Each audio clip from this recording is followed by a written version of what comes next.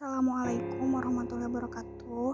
Kita kelompok 4 dengan saya Sintia Febrianti dan rekan saya Sandi Bayu Pratama dan Maria Ulpa akan menjelaskan tentang pengerjaan riset operasional dengan metode simplex 3 variabel. Sekarang kita akan membahas metode simplex dengan 3 variabel. Masalah program linear dengan 2 variabel atau lebih bisa diselesaikan dengan metode simplex.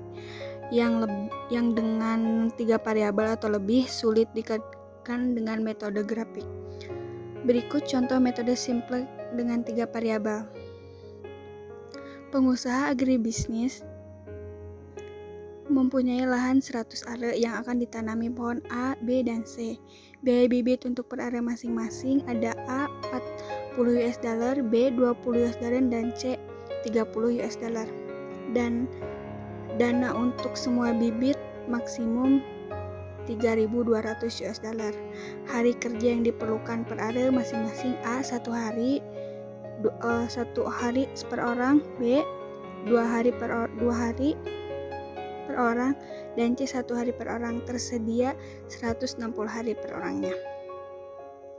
Keuntungan per are masing-masing itu A $100, B $300 dan C $200. Yang ditanyakan berapa are masing-masing ditanam agar keuntungan maksimum. Misal X1 luas tanaman A, X2 luas tanaman B, dan X3 luas tanaman C.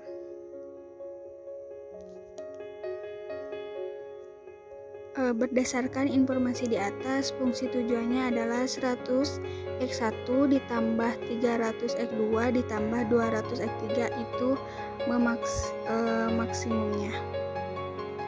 Dan area dibatasi oleh pertidaksamaan sebagai berikut, ada 1, 2, 3, 4. Berdasarkan bab area ini, maka akan disusun atau dikerjakan metode simplex dengan sebagai berikut. Pertidaksamaan yang ada kita ubah menjadi persamaan dengan menambahkan variabel simpel. Pertama, simpel E, R, S, dan T. Jadi dari persamaan menjadi persamaan.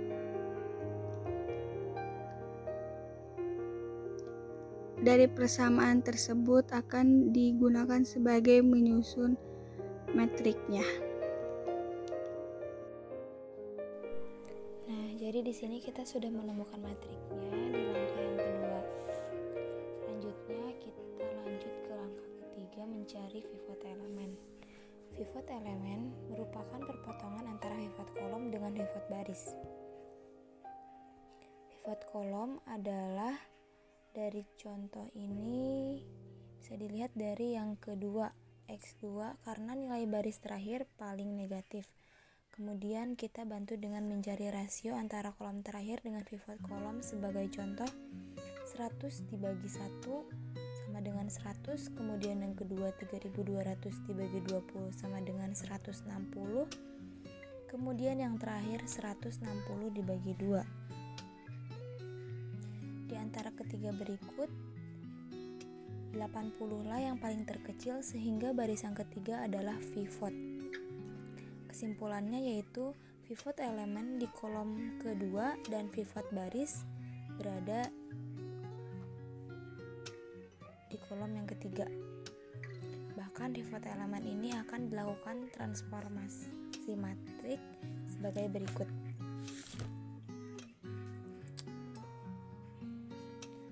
Selanjutnya kita lanjut ke langkah yang keempat, melakukan transformasi baris sebagai berikut.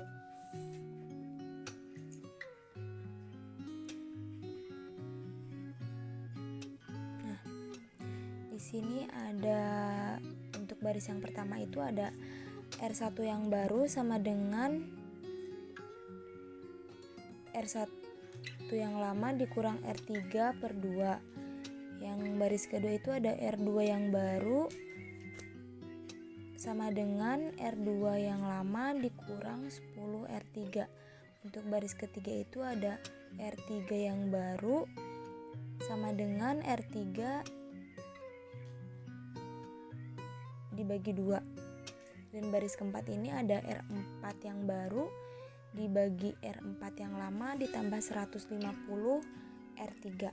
Untuk baris pertama hasilnya adalah 20, baris kedua hasilnya 1600, untuk baris ketiga hasilnya 80, dan yang keempat itu 24.000.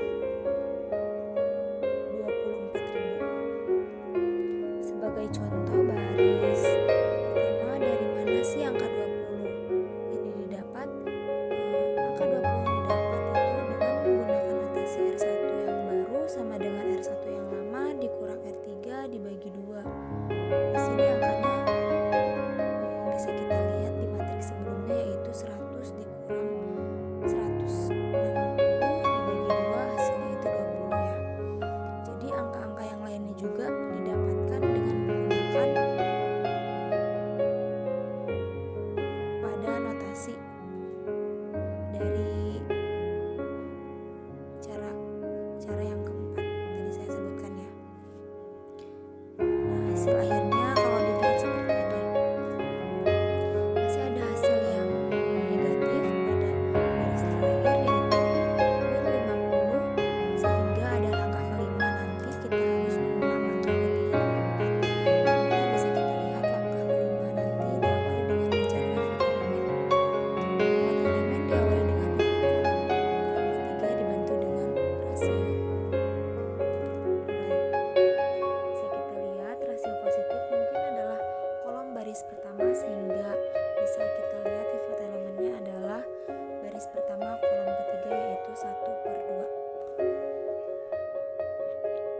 Untuk langkah ketiga pivot elemen yaitu kolom ketiga dan baris pertama sebelumnya itu. Sementara langkah keempat yaitu dengan informasi baris dengan notasi. Untuk itu R2, R3,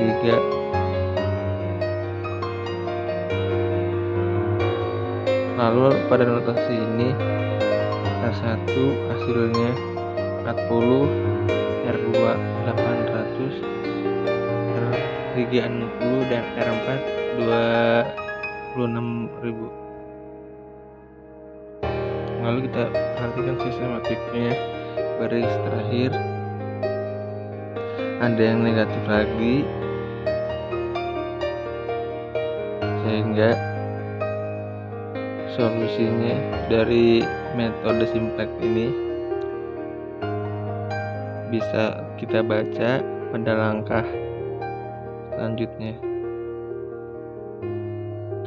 Kita membaca solusi dari metode 6 ini dengan membaca baris berbaris, dimulai dari baris pertama dari kanan ke kiri, angka terakhir 40,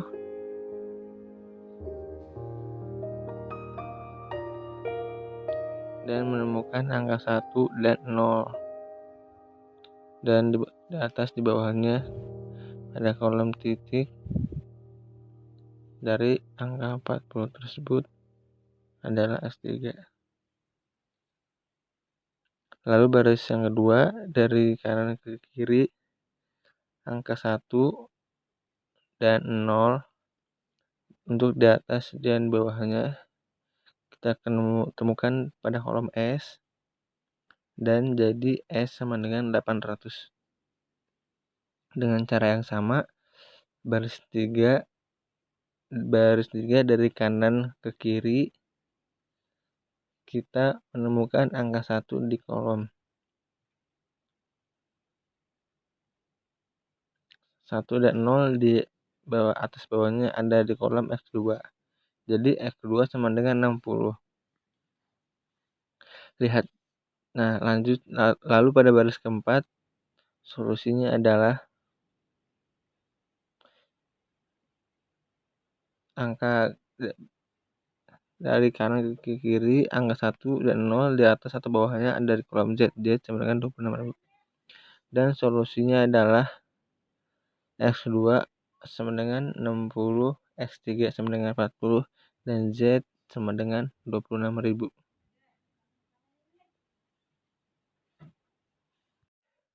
Sekian video animasi ini kami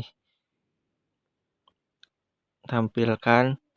Kurang lebihnya kami minta maaf sebesar-besarnya. Wassalamualaikum warahmatullahi wabarakatuh. Sekian video animasi ini kami tampilkan. Kurang lebihnya kami minta maaf sebesar-besarnya. Wassalamualaikum warahmatullahi wabarakatuh.